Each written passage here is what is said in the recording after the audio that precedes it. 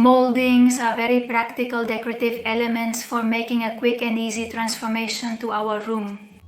Today we'll discuss our options, their placement and benefits. Let's begin. Where could we place moldings? Well, we can really place moldings almost anywhere in our house. We can place them in our dining room to give more personality, to give more depth. We can also place them in a bedroom to give texture to the walls and use them as a decorative method, even to create headboards. Or could we choose to put them in the bathroom and thus leave an elegant yet economical bathroom? What options do we have for wall moldings? It's really just a matter of choosing the one that best suits the style of our house. And we would start then with the most basic option, which would be to use floor-to-ceiling strips, followed by the distance. Well, that we consider. This option is very nice. I personally like it a lot. In fact, I have used it in some renovations that we have done on the Decorate Yourself channel. There are different widths of this type of molding, and we can really leave the distance we want. And in addition to providing decoration, we add depth and texture to the wall, decorating our walls in an original and different way. This type of molding could almost fit into any style. The bedroom we decorated for my mother was done in boho chic style, and it looked great. But we could also use them well for a more Nordic style or even Japandai. Very related to this type of slats, we find the panels, the decorative panels, which are now becoming super fashionable. And it would really be a little bit the same. The only thing is that the distance, well, it is already predetermined. These panels are very easy to install, and really all you would need to do is fit one with another and we could cover our entire wall. If you notice, it already comes with the male and female to be able to fit in a simple way, and they are really very easy to install. And I suppose you're wondering, okay, yes, but what about the corners? Because here you see a black piece and, well, it's not finished. Well, there's this option, which would be the finish. So imagine if this is, let's say, the wall, the end of the wall, we would place this here. And then we would have, well, finished with the perfect corner. How can this help us? Well, for example, if we want to make a headboard, if our idea is to simply make the headboard and we don't want it to reach from wall to wall, we could put as a final finish on each of the sides one of this style, and we would already have our beautiful headboard for the bedroom. Later in the video, we'll discuss the various materials used in the moldings, but the examples shown in this video. All are made of HDPS polymer, which is an extremely rigid polymer. Its main characteristic basically is its hardness and its value for money. But well, we will talk about all this a little later. Since I have also used wooden moldings, although I will talk about the disadvantages I have found. The thing is that these panels are being used a lot, not only to decorate entire walls, but also, for example, to make a headboard. It looks very nice, very original, and the good thing is that we can find different types, different colors, different thicknesses. In fact, we have some examples right here. Here I show you some options we have. For example, light oak, gray oak, dark oak, the natural, the classic. And it can be in narrower or thicker planks. In fact, one thing I find super interesting is that they could also be white.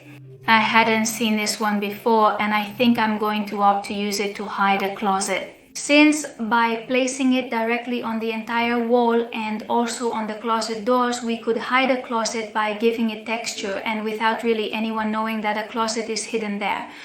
I think it's very cool, and even though we can do it with any other, that is with the oak one, the gray one, the natural one, we could do exactly the same, but in white. I hadn't seen it before, and I find it very interesting. These panels that I am showing you are from Decor, and they have sent them to me precisely so that I can make the selection. The apartment we're renovating benefits greatly from it. Well, to show you a sample here on the channel, and thus be able to talk a little more about moldings. And while these would be the panels, let's go for the next one. The next moldings that we could put on the wall would be with reliefs. And these moldings are used a lot to give elegance to the rooms. There are many types in many shapes. In fact, I've seen them square, rectangular, one piece larger than the other, both the same. There is a wide range of options. And a very interesting thing that we saw here on this channel, and that is when we have to make a perfect miter for a wall molding. We have these scissors that we saw in a video of inventions. And with these scissors, we can cut the moldings and leave a perfect miter to place on our wall. And the material these moldings are made of, well, it cuts very easily with this type of scissors, so we could make the perfect miter. We would also have the option, instead of covering a wall or instead of making a shape, well, simply make half.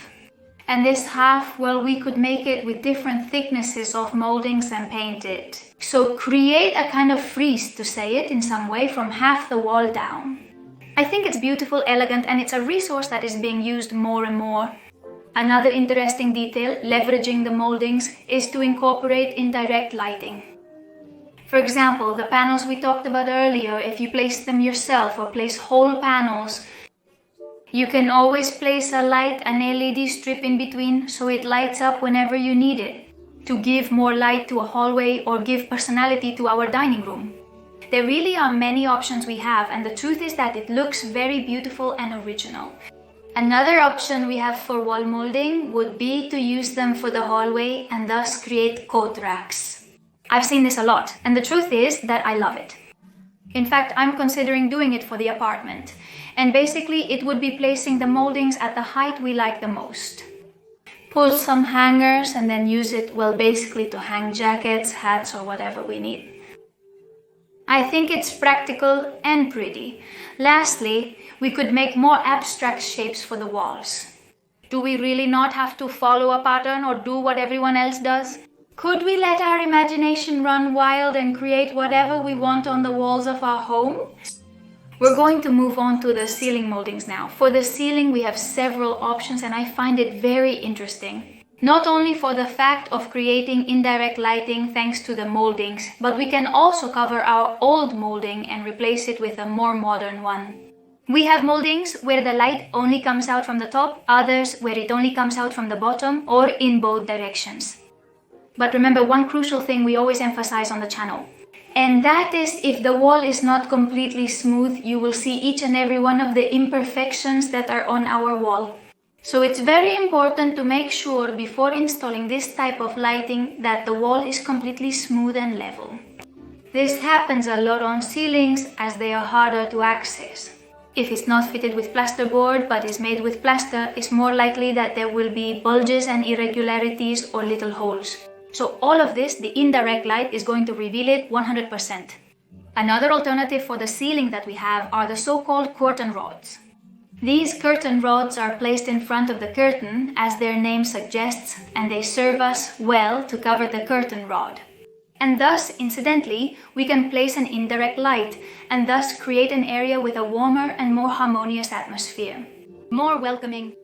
I think it's ideal, for example, for bedrooms, as this type of indirect light would be great for reading a book or for leaving a more welcoming light in the bedroom. Although we also have the possibility of placing it in the dining room if we wanted to, we can really place it wherever there are curtains. But perhaps I, personally, would use more normal indirect lighting moldings for dining rooms and this type of curtain rods more focused on bedrooms. Moldings type baseboards. Baseboards are basically what is placed all around the perimeter of the rooms, so that the imperfections between the floor and the wall are not visible. That is, sometimes the floor does not quite reach the wall or is a little bit shorter. All these imperfections, the baseboards cover them. Normally, or at least I have always placed medium density fiberboard baseboards. Basically, it is medium density fiberboard and a primer on top, and then you place it and you start to cover any imperfections that there may be. The advantage of this baseboard is that it can be placed quite easily, but what is the disadvantage? One of them would be that it is not as hard. That is, if you hit it or scratch it and so on, it will always end up getting damaged. Conversely, placing it in a bathroom with similar humidity can often cause it to warp. And above all, if it is made of pressed wood, they end up looking ugly and quite bad. In fact, it has happened in our bathroom, aside from the humidity. It has also been getting a little bit of water, and that logically the wood and the water, it has been swelling and they are in quite bad condition. So what options do we have? Well, we could use moldings in the form of baseboards. Here I am going to show you some examples, and I find them very interesting because the material they are made of allows them to withstand the humidity of the bathroom environment. And besides, as a great advantage, we could hide the cables on the back side. We could also use them then to cover the old baseboards in case we don't want to remove the ones we already have in place. I think it's an interesting option, apart from what has been discussed so far, also because we could add indirect lighting to it. In case we didn't want to put it on the ceiling and wanted to put it on the bottom, then we could do it with this type of baseboards. For the bathroom, we created something similar, so to speak, and that is we placed some stops on the back of the baseboards with indirect lighting.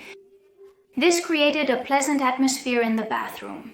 But the truth is that it's quite inconvenient when it comes to cleaning, and this is also something that needs to be taken into account. So, this type of baseboards, with the shape they have, allows you to easily access the inside and clean it better.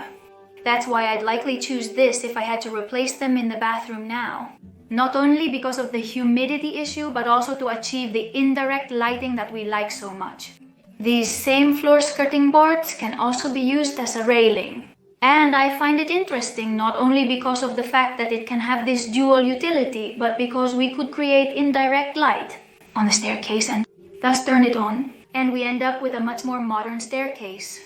And now we are going to talk about the materials of the moldings, as we have different types and options. The most well-known material for moldings is plaster, which is commonly used. I have never used plaster, so I can't speak from my experience, but I do have to say that in the apartment I had plaster moldings. And I didn't like them at all.